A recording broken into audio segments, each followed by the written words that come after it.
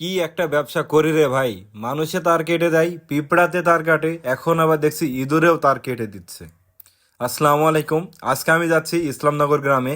এখানে মূলত আমাদের একটি গ্রাহকের লাইন বন্ধ, সেটাই সার্ভিসের জন্য যাচ্ছি। তো আমরা কন্ট্রোল রুম থেকে জিআই তার এবং কিজে বক্স নিয়ে আমরা গ্রাহকের বাসার উদ্দেশ্যে রওনা দিয়ে দিলাম। গ্রাহকের বাসায় আসার পর ওনার বাসার ছাদে উঠে পড়ি আমরা।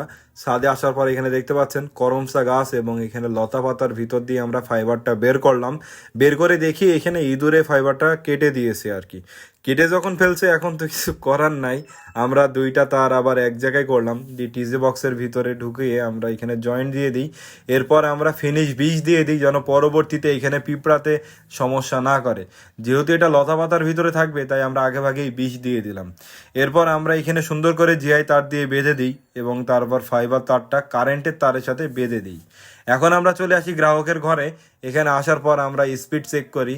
ফাস্ট.কমে আমরা 91 MBps ডাউনলোড পাচ্ছিলাম এবং আমরা ওভি ওয়াইফাই স্পিড টেস্টে এখানে 90 থেকে 100 MBps এর ভিতরে ডাউনলোড এবং আপলোড স্পিড পাচ্ছিলাম। এখন প্রায় রাত 8টা বেজে গেছে, গ্রামে এখন পিক আওয়ার, সবাই এখন ইন্টারনেট চালাচ্ছে।